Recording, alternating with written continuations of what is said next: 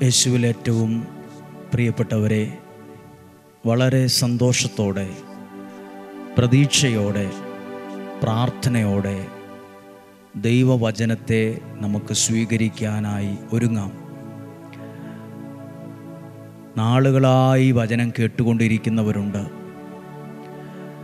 ആയിരക്കണക്കിന് ആളുകൾ ഈ സമയം തന്നെ ഒപ്പമിരുന്ന് വചനം കേട്ട് പ്രാർത്ഥിക്കുന്നുണ്ട്. ദൈവത്തിൻ്റെ വചനം കേൾക്കാൻ ദൈവമാണ് നിങ്ങളെ വിളിച്ചിരിക്കുന്നത്. അതനേകർക്ക് അയച്ചു കൊടുക്കാൻ ദൈവത്തിൻ്റെ നിയോഗമുള്ളവരാണ് ഞാനും നിങ്ങളും. ദൈവത്തിൻ്റെ എല്ലാ നന്മകളും ഉണ്ടാകട്ടെ. പ്രത്യേകം പ്രാർത്ഥിക്കുന്നു. പലതരത്തിൽ വേദനിക്കുന്നവരും വിഷമിക്കുന്നവരും എന്നെ കേൾക്കുന്നുണ്ട്. എഴുന്നേക്കാൻ പോലും പറ്റാതെ ഭാരപ്പെടുന്നവരുണ്ട്. ഒരു വലിയ സാക്ഷ്യം ഞാൻ കേട്ടു. ഡെയിലി ബ്ലെസ്സിങ്ങിൽ ഒരു കുടുംബത്തിൻ്റെ മേൽ ദൈവം ചെയ്ത വലിയ കാര്യം. സാക്ഷ്യമില്ലാഞ്ഞിട്ടല്ല കേട്ടോ സാക്ഷ്യം പറയാത്തത്. സാക്ഷ്യം പറയാനുള്ള സമയക്കുറവുള്ളത് കൊണ്ടാണ്. ഈ 10 മിനിറ്റ് അതിനുള്ള സമയമില്ല. എങ്കിലും മനസ്സിൽ പതിഞ്ഞൊരു സാക്ഷ്യം പറയാം. ഒരു ഭാര്യയും ഭർത്താവും അവർ പല കാരണങ്ങളാൽ അകന്നു നിൽക്കുകയാണ്. 2.5 വർഷത്തിലധികമായി വിളിയോ സംസാരമോ കണ്ടുമുട്ടലോ ഒന്നുമില്ല. രണ്ടും 2 സ്ഥലത്ത്. അവർ പല സ്ഥലത്തും പലരോടും ഇതിനെക്കുറിച്ച് അഭിപ്രായം ചോദിച്ചപ്പം അറിവുള്ളവരും സാധാരണക്കാരും പറഞ്ഞു, ഇനിയത് നിങ്ങൾ ഉചിതമായൊരു തീരുമാനമൊക്കെ എടുക്കുക, ഇത്രയും വർഷമായില്ലേ. അങ്ങനെയല്ല, പ്രതീക്ഷയ്ക്കൊരു സാധ്യതയില്ലായിരുന്നു. ഈ വ്യക്തിയും ആ വ്യക്തിയും ഈ ഡെയിലി ബ്ലെസ്സിങ് കേൾക്കുന്നുണ്ട്, വചനം കേൾക്കുന്നുണ്ട്. അത് ഇവർക്കൊന്നും ആർക്കും അറിയത്തില്ല. പക്ഷേ ഇയാൾ കഴിഞ്ഞ ഈസ്റ്ററിനൊക്കെ കുറച്ച് മുമ്പ് ഒരാൾ ഒരുമിച്ച് സംസാരിക്കാൻ ഒരു അവസരം ഉണ്ടാക്കിയാൽ എന്നാ പറയുന്നു അതിനെക്കുറിച്ചും ചോദിച്ചു. അപ്പോൾ അവർ സാധാരണ പോലെ ആ ഭർത്താവ് പറഞ്ഞു, നോക്കാം, സംസാരിക്കാം, പ്രതീക്ഷയൊന്നുമില്ല, സംസാരിക്കാം. അങ്ങനെ ഒരു ദൈവദൂതനെ പോലെ ഒരാൾ അവരുടെ ജീവിതത്തിൽ ഇടപെട്ട് സംസാരിക്കാൻ ഒരു സാഹചര്യം ഉണ്ടായി. അതിലവരുടെ പ്രശ്നങ്ങളെല്ലാം ചില മിനിറ്റുകൾ കൊണ്ട് തന്നെ പരിഹാരമായി. പിന്നീടാണ് അവർ പറഞ്ഞൊരു സാക്ഷ്യം. അവർ 2 പേർക്കും അറിയില്ലായിരുന്നു. അവർ ഇത് ഒരേ നിയോഗം വെച്ചാൽ 2 പേരും ഡെയിലി ബ്ലെസ്സിങ് കേട്ടോണ്ടിരുന്നു. ഞങ്ങളുടെ കുടുംബത്തെ അനുഗ്രഹമാക്കണേ, ഞങ്ങൾക്ക് ഒരുമിച്ച് ജീവിക്കാൻ പറ്റണേ.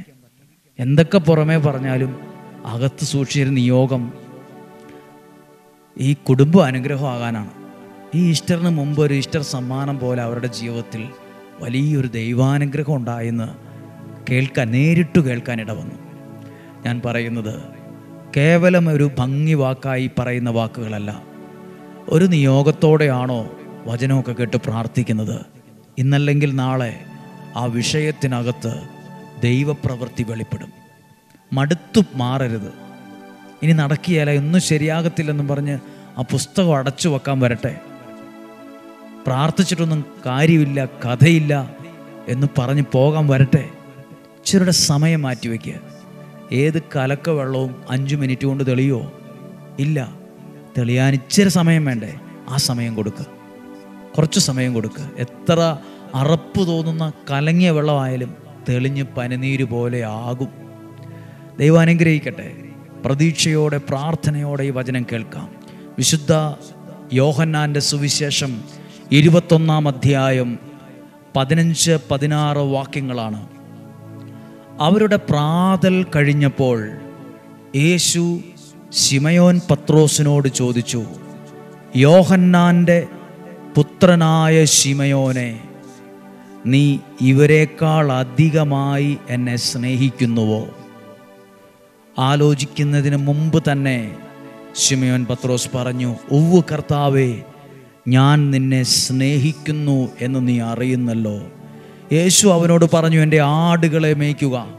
2-ാം പ്രാവശ്യവും അവൻ ചോദിച്ചു, യോഹന്നാൻ്റെ പുത്രനായ ശിമയോനെ, നീ എന്നെ സ്നേഹിക്കുന്നുവോ? അവൻ പറഞ്ഞു, ഞാൻ നിന്നെ സ്നേഹിക്കുന്നുവെന്ന് നീ അറിയുന്നല്ലോ. അവൻ പറഞ്ഞു, എൻ്റെ കുഞ്ഞാടുകളെ മേയ്ക്കുക. യേശു ശിഷ്യനോട് പത്രോസിനോട് ചോദിക്കുക, നീ എന്നെ സ്നേഹിക്കുന്നുണ്ടോ? നീ എന്നെ സ്നേഹിക്കുന്നുണ്ടോ? അപ്പം ആ മറുപടി കേൾക്കുക യേശു, ഞാൻ നിന്നെ സ്നേഹിക്കുന്നുവെന്ന് നിനക്കറിയാലോ. ദൈവത്തെ സ്നേഹിക്കുന്നവരെ ദൈവം ആത്മീയമായിട്ട് മാത്രമല്ല ഭൗതികമായും അനുഗ്രഹിക്കും. ദൈവവചനത്തിനകത്ത് ആത്മീയ നന്മകൾ മാത്രമല്ല, എൻ്റെ ആത്മീയ ജീവിതത്തിനും ഭൗതിക ജീവിതത്തിനും ആവശ്യമായ സകലതും ദൈവത്തിൻ്റെ വാക്കിലുണ്ട്. ശ്രദ്ധിച്ചേ, ശിമയോൻ പത്രോസ് പറഞ്ഞു, ഞാൻ നിന്നെ സ്നേഹിക്കുന്നു, ഞാൻ നിന്നെ സ്നേഹിക്കുന്നു. ഈ സ്നേഹിക്കുന്നു എന്ന് ആത്മാർത്ഥതയോടെ പറഞ്ഞ പത്രോസ്ലീഹായുടെ നിഴലിന് പോലും വിലയുള്ളവനായി മാറി. മനസ്സിലായോ? ആ പത്രോസ്ലീഹ നടന്നു പോകുമ്പോൾ പത്രോസ്ലീഹായുടെ നിഴല് സ്പർശിച്ചിട്ട് വരെ അത്ഭുതം നടന്നു, രോഗസൗഖ്യം നടന്നു. പത്രോസ്ലീഹ നടന്നു പോകുമ്പം രോഗികളെ വഴി സൈഡിൽ കൊണ്ടുപോയി ആളുകൾ കിടത്തുമായിരുന്നു.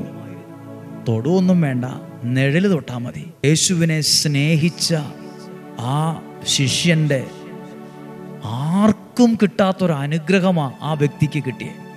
മറ്റൊരു ശിഷ്യന്മാർക്കും ഇത് കിട്ടിയില്ല. ശിമയോൻ പത്രോസിന് അങ്ങനെ ഒരു ഭാഗ്യം കിട്ടി. നിഴലിന് പോലും വിലയുണ്ടായി, നിഴലിന് പോലും. അതുകൊണ്ടാണ് പറഞ്ഞത്, ദൈവവചനം കേൾക്കുന്നത് ആരെയും നിർബന്ധിച്ചുകൊണ്ടും വഴക്ക് പറഞ്ഞുകൊണ്ടുമല്ല, ദൈവസ്നേഹത്തെ പ്രതി. നിങ്ങൾ ഈ വചനം 5, 10, 500 പേർക്കോ 1000 പേർക്കോ അയച്ചോട്ടെ, ചടങ്ങായിട്ടും യാന്ത്രികമായിട്ടും ആയിരിക്കരുത്. ദൈവസ്നേഹത്തെ പ്രതി. ദൈവസ്നേഹത്തെ പ്രതിയാണോ അത് ചെയ്യുന്നത്? നിൻ്റെ ജീവിതത്തിനൊരു വിലയുണ്ടാവും, നിൻ്റെ അധ്വാനത്തിന് വിലയുണ്ടാവും. അതിനെ മാനിക്കാതിരിക്കില്ല. ഉള്ളിൽ തട്ടിയാണോ എന്ന് പ്രാർത്ഥിക്കുന്നത്? കർത്താവെ, ഞാൻ അങ്ങയെ സ്നേഹിക്കുന്നു, അങ്ങയുടെ വചനത്തെ ഞാൻ സ്നേഹിക്കുന്നു, അങ്ങയുടെ വചനത്തെ, എൻ്റെ കുടുംബം സ്നേഹിക്കുന്നു. ദൈവത്തെ സ്നേഹിക്കുന്നവർക്ക് ഒരു നന്മയും മുടങ്ങുകയില്ല, ഒരു ദോഷവും അവന് വരികയില്ല. അവൻ ആത്മീയ നന്മകൾ മാത്രമല്ല, ഭൗതിക നന്മകൾ ലഭിക്കും. ശിമോൻ പത്രോസിനെ യേശു വിളിച്ചത് ഒന്നാമൻ പത്രോസ് എന്നാണ്. അവനെ ഒന്നാമതാക്കിയത് വിദ്യാഭ്യാസമല്ല, അവനെ ഒന്നാമത് എത്തിച്ചത് ധൈര്യമല്ല, അവനെ ഒന്നാമത് എത്തിച്ചത് കഴിവോ ശക്തിയോ പാരമ്പര്യമോ ഒന്നുമല്ല. ഒന്നാമതെത്തിച്ചത് യേശുവിനോടുള്ള സ്നേഹമാണ്. ദൈവത്തോടുള്ള സ്നേഹം നിന്നെ 10ാം സ്ഥാനത്തേക്കല്ല എത്തിക്കുന്നത്, 1ാം സ്ഥാനത്തെത്തിക്കും. ദൈവത്തോടുള്ള സ്നേഹം, ദൈവവചനത്തോടുള്ള സ്നേഹം. എനിക്കറിയാം, ഡെയിലി ബ്ലെസ്സിങ്ങിൽ ഈ വചനമൊക്കെ കേൾക്കുന്നത് നിങ്ങൾക്ക് ദൈവത്തോട് സ്നേഹമുള്ളതുകൊണ്ടാണ്. ആ സ്നേഹത്തിൽ നിന്നുകൊണ്ടായി വചനം കേൾക്കുന്നത്. എവിടെയും പറയിലായി പോവില്ല കേട്ടോ. പേര് വിളിച്ചൊരു അനുഗ്രഹം പോലെ ജീവിതത്തിൽ ചിലത് കയറി വരും. ആർക്കും കിട്ടാത്ത നന്മകളും ഐശ്വര്യമൊക്കെ ജീവിതത്തിൽ വന്ന് ഒട്ടി നിൽക്കും. സന്തോഷമായിട്ടിരിക്കുക. ദൈവം അനുഗ്രഹിക്കട്ടെ. ഒരു കുഞ്ഞു കാര്യം അറിയിക്കട്ടെ. ഡെയിലി ബ്ലെസ്സിങ്ങിൽ പങ്കെടുക്കുന്നവർ, നിയോഗ പ്രാർത്ഥനയിൽ പങ്കെടുത്തവർ, ഈസ്റ്റർ കഴിഞ്ഞ് ഇങ്ങനെ നിൽക്കുന്നൊരു സമയമല്ലേ, അടുത്ത ചൊവ്വാഴ്ച ഇന്ത്യൻ സമയം രാവിലെ 5:30 ഒരുമിച്ച് കൂടി പ്രാർത്ഥിക്കാൻ നിങ്ങൾ ആഗ്രഹിക്കുന്നു. എല്ലാ കുടുംബങ്ങളെയും ഒന്ന് ഓർത്ത് പ്രാർത്ഥിക്കാൻ, രോഗികളായിട്ടുള്ളവർക്ക് വേണ്ടി പ്രാർത്ഥിക്കാൻ, കുടുംബമായിട്ടുള്ളവർക്ക്, സമർപ്പണ ജീവിതത്തിലുള്ളവർക്ക്, ശുശ്രൂഷകരായിട്ടുള്ളവർക്ക്, എല്ലാവർക്കും വേണ്ടി പ്രാർത്ഥിക്കാൻ അടുത്ത ചൊവ്വാഴ്ച രാവിലെ 5:30 ഒരു സമയം മാറ്റിവെക്കുകയാണ്.